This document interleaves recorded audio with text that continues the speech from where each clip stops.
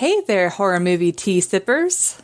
The following podcast episode will contain spoilers for the movie we are about to review. If you have not seen the movie and do not wish to have anything ruined prematurely, please do not continue to watch or listen until you have seen the movie. And welcome to the Horror Movie Tea Podcast.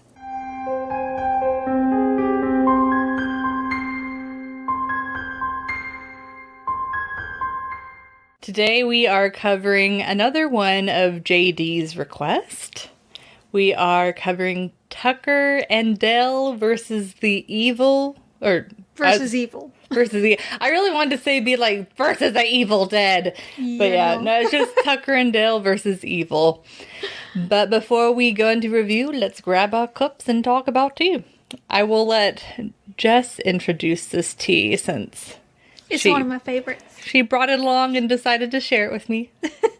So we are both drinking one of my favorite, Bigelow's Perfectly Mint tea. And this one is legit just black tea and spearmint. To me, it just smells like toothpaste. That's the spearmint. I know, but it's like saying, oh, it just smells like toothpaste. It sounds disgusting, but No, I'm really not mad. It's fresh. It smells good. And it is. And it's got... Better clear up my sinuses. It's all natural, and it's got a little bit of caffeine from the black tea, but it's not like a heavy dose. And again, it's just, because of the spearmint, it's just very fresh and relaxing. This is a good, easy morning kind of tea when you just need a little bit of wake up. Yeah, I can't even smell the black tea. Yeah. But more often than not, I actually drink it right after work, just to relax. It's a good calm down, have a little bit of refresh. And the spearmint also helps with headaches or things like that. So it's so good. And just smelling it is really calming. Yeah. So I grew up with this one though. This was one that we almost always had in the house. I can see why. I'm excited to drink it, but My mom always had it with a little bit of sugar. oh, Just a little bit of sweetness. yeah, It's so good. that sounds nice. For our tea sippers out there, grab yourself a cup of tea, sit back, relax, and we hope you enjoy the review. So the summary for this movie, the best way to describe it is, think of Friday the 13th, but instead of the killer actually killing people, the victims are actually inadvertently killing themselves from their own stupidity. Yes. It's like these kids go to this camping ground, and it's just like Friday the 13th, where they're like, oh, there's a massacre here and all of that. And these hillbillies are going to their new vacation home. To me, they're not really hillbillies so much as rednecks. There is a difference. Yeah. Thinking offhand, it's kind of hard to, yeah. But yeah, I did, I guess I kind of use that term interchangeably, and I'm using that term rather than rednecks because that's the term that they use in the movie. But yeah, I do think of them more as rednecks. But anyways, it's just everything goes wrong. They go fishing, and then this girl's like, "Oh my god, the people, The scary guys are here." Yeah, and then she falls and bumps her head, and so they take her to take care of her, and her friends run off. Important to note, she knocked herself out. Yes, And almost drowned because of it. yes, and so That's why they went to help her. Yes, and so they go and save her. And are like, oh, your friends are, here. And then the friends are scared. And so they run off. And so they think that, they kidnapped her or killed her or did something. And it's just, that's how the whole movie is. It's just 100% misunderstanding of these group of college kids. It was mostly misunderstanding until Chad the asshole. Oh, yes. The instigating asshole decided to go full stupid. Full evil stupid. Yeah. So for entertainment, what do you say about this movie? I had watched this movie years ago, and I will admit, whenever I watched that movie, I wasn't quite super deep into the horror genre yet, so I didn't really like the movie that much at that time, but I think it's because you kind of have to be deep in the horror genre and like understand all of the tropes and stuff like that to really appreciate this film. So now that I've watched it again, this is definitely going to be like a go-to movie for me. Like, it's really funny. Like, oh my God, there's this scene where Tucker is chopping wood and one of the college kids is going to tackle him. And he bends over right when the kid jumps, and he's right next to a wood chipper. And so the kid just dives into the wood chipper, and I laughed out loud. It was so funny. When you first watch it, it's kind of shocking. Yeah. When you're like, oh God. And then you see all the blood splattering back and everything. It's a little overdone, of course, but I mean... What horror movie isn't? Yeah. But then what killed me was when Tucker, holding the dude's feet like he had been trying to get him out of the wood chipper, he goes, "You okay?" Yeah, there's so many scenes like that, and you end up really like being empathizing with Tucker and Dale, especially Dale. Dale's a sweetheart. Yeah. Oh, man. Dale is too good for all of them. And I love that they end up making one of the college kids, Chad, the ultimate, like, evil person in the movie, which is such a great twist on that cliche. So... When normally that character type would be, like, the hero kind of character. The one that would most likely die, but only towards the end, saving the final girl. Yeah. There's probably some movies that I will watch before this one, but it's definitely like a repeat movie for me. Okay, I think I will give it a 7.5. So, yeah, just overall, if you haven't seen this movie, very much recommend, especially if you've seen like all of the campsite movies, because you will appreciate the irony that this movie creates like so much. It's just, because it plays out, at least starting off, just like the typical, oh, these kids are on a trip and oh, they see these really like creepy, like in the boonies men. And then the movie shifts over and starts like focusing on the rednecks, hillbillies, or whatever. Tucker and Dale. Yeah, and you're like, oh, they're actually like pretty cool guys. They're good guys. They're a little awkward, but you know, they get stuff done. Yeah, it's just, They're just trying to live their best life, and I honestly aspire to their freaking... I admire their positivity so much. Most people would have looked at the cabin and been like, that is a murder cabin. That is a nope place. But they're like, this is what they call a fixer-upper. It's perfect. Like, this is beautiful. I can't believe we own this. Yeah. They walk so in, they see bones. They're like, hey, whoever lived here before must have been a paleontologist. This is kind of cool. Minus the newspapers. Murder board. Yeah. And they're like, hey, there's a coupon here, and it's got no expiration date. We hit the jackpot. Yeah, it's just, They got my favorite board game. They're so pure. Yeah, it's just, it's a great parody.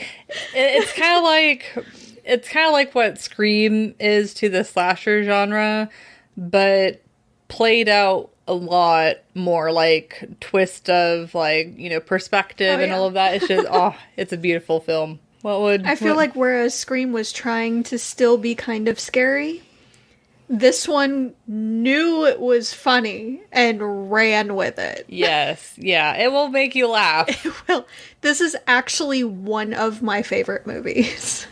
I've watched it multiple times. I watch it a couple of times each year.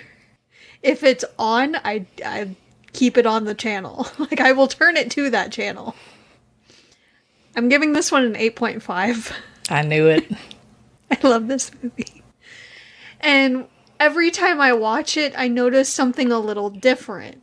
So I get to see a new facet of it or notice a trope that I hadn't necessarily paid attention to before or something like that.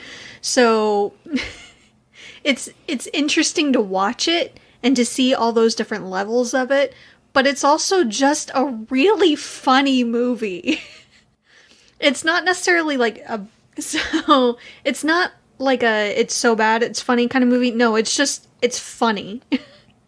And the gore is actually pretty decent. Like, they don't show too much. They do show a little bit, but they do it well, and they don't, like, focus on it so much. It's not, like, Saw level of gore for the sake of gore. It makes sense. And the effects are decent. Yeah. There's a bit here and there that you're like, what? For some of it. But even in those parts are, you'll at least get a chuckle. At least. So, I thoroughly enjoyed it. A lot of the stuff that happens in there is just due to ignorance and misunderstandings. 98% of which are perpetuated by Chad, the instigating asshole. Yeah, which there's a nice little plot twist to Chad. Yes. A lot of it you can kind of see coming a mile away, but the movie's it's trying to be clever in different ways. Yeah. And you don't necessarily know that's the exact route it's going until they get there. So it's nice. It's not like 100% predictable. And especially with the deaths, oh my god, some of those, especially on a first viewing, you're like not expecting some of those to happen. Yeah. These kids are getting like screwed horribly in like Final Destination fashion. I think that's the reason why I just didn't... screwed death. I think that's why I didn't like the movie during the first watch.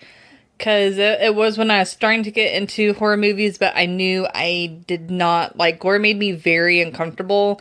But nowadays, we've watched so many horror movies that I'm kind of desensitized to it. Yeah, this is nothing. I'm like, oh, a kid gets stuck in a wood chipper. Oh, kid gets impaled by a branch. This is fine. This is fine. This is no big deal.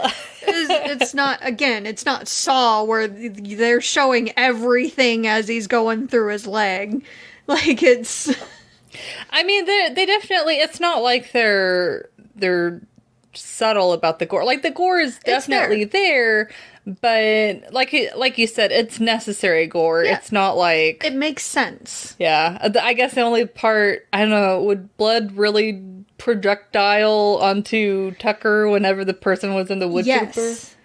You think so?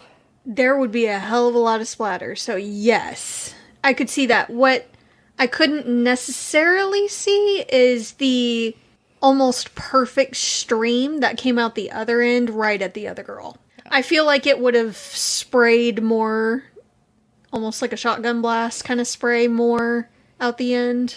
I mean, if you think about it, like, the wood chips that come out of a wood chipper, they're coming out, like, in a very broad pattern. They go in the general direction, yes, but they're kind of spread out. They're in a broad pattern. So, liquid would likely spray out in a broad pattern as well, instead of, just a jet stream right at one person. Yeah. Otherwise, and again, we'll get to more of this in the realism scale, but otherwise it was fairly believable. It's worth at least a couple watches, and it's more fun when you're watching it with someone else, but this is one that you can watch on your own, and it's still great. Yeah, like, I find that with comedies in general, I've watched so many comedies as well that I don't get a lot of burst out laughing moments, but I was watching this movie by myself and I burst out laughing like a solid once, but maybe like 2 or 3 more times. I was dying at several points, and that's after several watches, so it has good hold factor. Yeah. Yeah. It'll hold. And it's not quite as dated. There's a few things like like the cell phones that will definitely date the movie. But otherwise, that's about it. The rest of it is pretty good, and it'll hold for for a good while.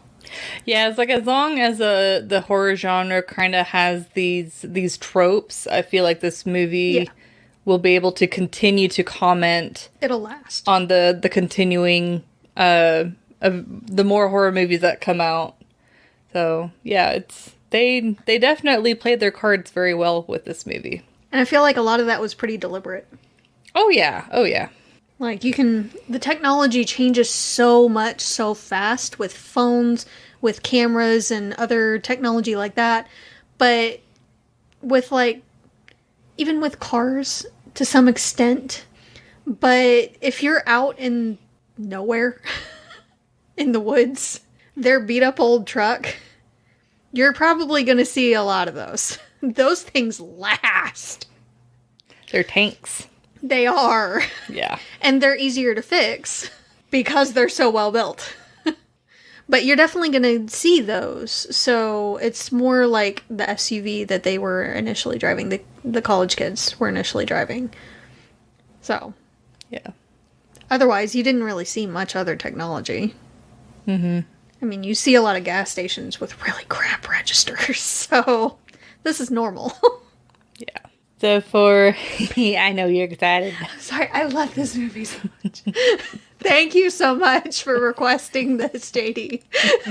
I was hoping someone would. As if we can't, watch movies that we want to watch. We've gotten a lot of requests lately, so we haven't actually gotten to see too many that we've been wanting to see. I feel like it's been a few months. It has been a few months. Yeah. So I'm just so excited that one of the requests was one that is one of my favorites.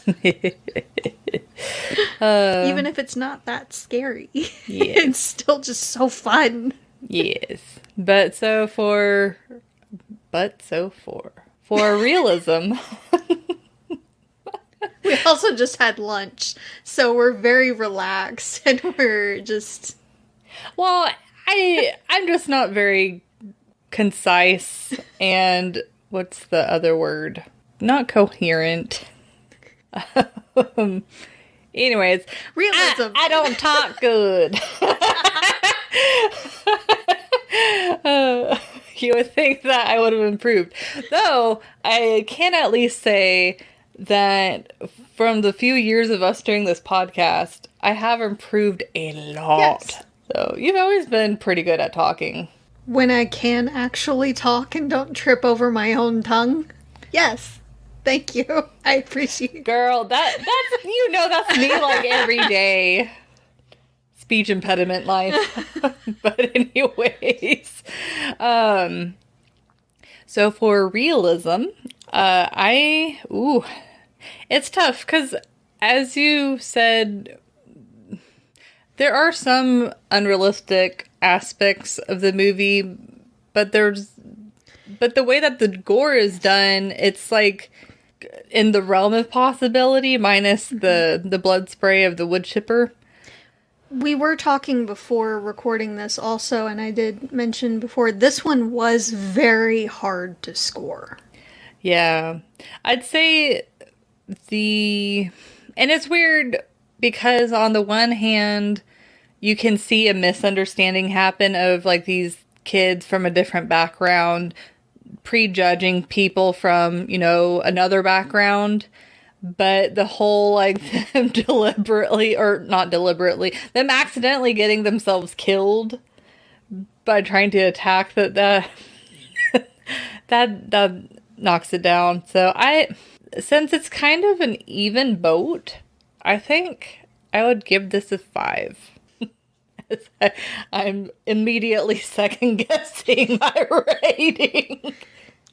But I feel like it's maybe a 4. It's I don't know, just it's realistic in some aspects, but then whenever it's convenient to the plot, then that's when it starts being unrealistic. The fact that Chad's face is messed up, but the fact that he came from a burning building, I don't know. I didn't feel like his injuries were that believable. He didn't really seem to be in a lot of pain after having half of his face burnt off. And then it's so strange how, I guess it's also, I mean, if you're in that high stress of a situation, then maybe you would turn this quickly. But also seemed a little bit strange that he immediately jumped to, I forgot what her name is, but the girl that he likes. Allie, having, oh, I should have known that. But him immediately being like, oh, do you have, I think it was like Stockholm Syndrome? Yeah, that was her friend. It wasn't him. It was the other chick. Well, yes, but then he jumped on board. Because she's a minor character. Well, he was willing to believe it because he's been wanting to sleep with her the entire movie. And since he's a narcissist, he thinks that that has to be the explanation. And there's no possible other reason why she would never want to sleep with him. Even though she had been telling him the entire time, I'm not into you. That I could kind of see. I was a little surprised the friend jumped to that conclusion that fast. Yeah. But some people are like that. Yeah, and it's, you know, in normal situations versus high stress situations, even though we as an audience know what's truly going on, them as the characters are in this high stress situation. And so I can see people very quickly jumping to conclusions because they're just trying to figure things out as the situation presents itself. I forgot, how did they say that his mom died? Did she die? Oh yeah, she did. Oh yeah, she is institutionalized. Mm-hmm. And she might have passed away, but if she did, it was in the institution. Okay. He was raised by his grandmother. Okay. Which, man, that's... And she shouldn't have told him that story, but she told him a kinder version of what happened. About his father getting killed. Mm-hmm. Do you think... Yeah, I wonder... Do you think his grandmother actually knew that... I feel like she would have had to have at least had an idea. Yeah. She might have convinced herself that that's what happened. Especially if the daughter had gone there with a boyfriend. But, so she might have chosen to believe that's what happened. Yeah. But she probably, especially if, I mean, the dude's picture was in the paper and everything. You gotta know she would have seen it at some point. Yeah. So, I feel like the grandmother had to have had some kind of idea of what actually happened. Yeah. But I don't know. Do you... Yeah, that's a tough situation. It is. And it's easier to believe a kinder story like the one she told. Even though it's still a bloodbath, the version she told, it still seemed a kinder alternative to believe. Yeah, like you're carrying your father's legacy. Yes. Rather than, oh, you're an evil spawn. Yeah. Yeah. You have bad genes. Which does not necessarily mean anything. But. Yeah. So, I actually give it a 5 too. Mm. So you can stop second guessing yourself. This one really was very, very difficult to score. And I wish I could actually give it higher. But a lot of the things we've already mentioned brought the score down. It's a little bit of a stretch, and a lot of things have to coincide with, like, luck. Because, again, these people really got screwed by death. It was just, they got bent over. Final Destination style. But a lot of it, most of it, is their own fault. Like, the dude that tried to tackle Tucker by the wood chipper chose the worst possible angle ever. That was his own fault. So, I mean, can't really feel that bad about him. Or the guy that tripped and fell on his own spear. Or the guy that was barreling through the woods, running with the guy that had the chainsaw, who was flailing around, wasn't even looking at any of the kids, who was clearly running from something, and then runs into a tree. Because the kid could have backtracked. He could have, easily. And then Tucker would have kept on going, and the kid's like, oh, he's not after me. Yeah. It was pretty obvious. He wasn't after anyone in particular. But they're so scared, they have that mob mentality already, and they're already in a heightened state of fear, that they're not thinking that rationally. Apparently. And he's just running and not paying attention to where he's going in the woods and impales himself on a branch. So, I mean, different things like that I could see as possible. It's unlikely, yes, very unlikely, but possible for things like that to happen. Even when the guy gets set on fire in the cabin, and the chick that's been trying to smoke this whole time grabs a jar of clear liquid, which most of us that are in the South know that that's probably a bad idea. Some sort of alcohol, probably moonshine. Most likely moonshine. Along the lines of Everclear. Kind of moonshine. Rot gut.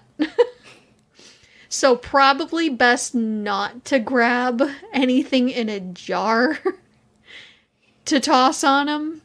If anything, she did allow him to die quicker. Maybe. She did seem kind of the sheltered type that might not necessarily think about that kind of thing. So I can see that stuff happening. What I can't really see is, like, in the explosion, when he stands up and yells and all, his injuries didn't really look that consistent with the explosion. Yeah, because that is a big explosion. Yeah. And it didn't really look as much like burns as, like, he got skinned. Yeah. Basically. Yeah. And there was, like, no damage to his eye. It was just perfect eye. It wasn't even red. So it just didn't add up that much. Also, the fact that he didn't seem to feel pain, which made no sense. I can understand being able to move and all with adrenaline, but not for very long. Yeah, he wouldn't be able to go down his whole evil plot without being in enormous pain. Probably crippling pain. Yeah. Yeah. He would not be trying to kill your... Yeah, he would not continue with the kidnapping. Your muse. And, any of that. So, no. I also took points off for the officer not following protocol. When he's hearing accounts of murder with 2 assailants, alleged assailants, and then he drives up upon the 2 alleged assailants, and they're each holding a leg of half a body. He gets out and points his gun, of course, which makes sense. But then he doesn't, like, cuff them or call for backup or anything.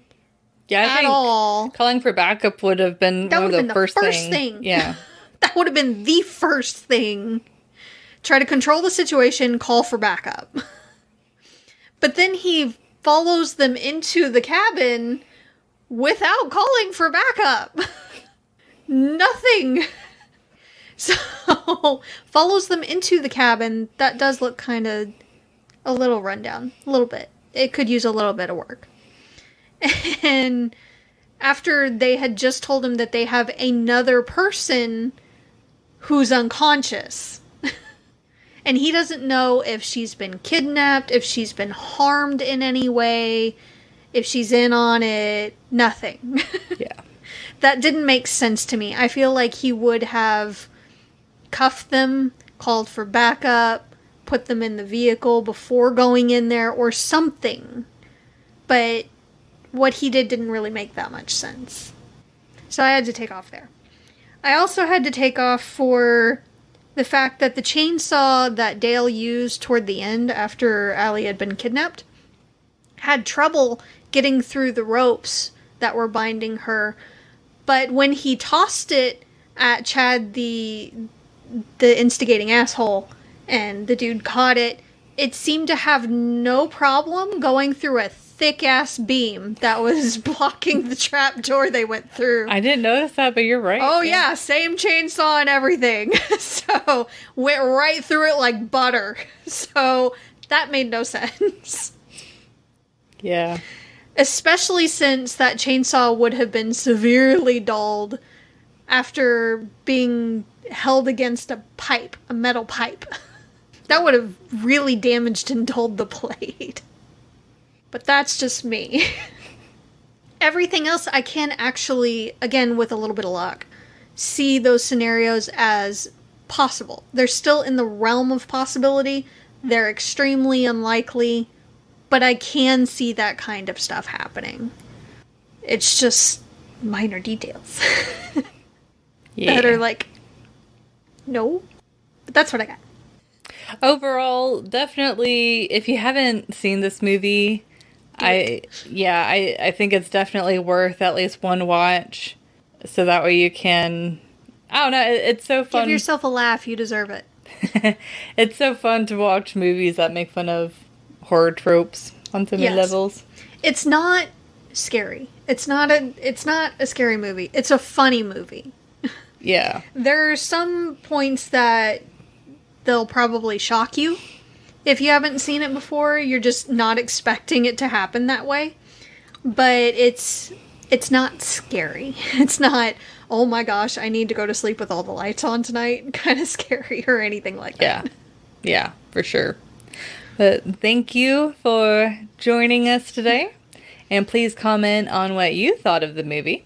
And if you'd like to recommend movies or tea for us, or keep up to date with our content, you can find us on Twitter, Instagram, Facebook, and most places you listen to podcasts. And if you'd like to support the podcast, please subscribe, like, and share our content.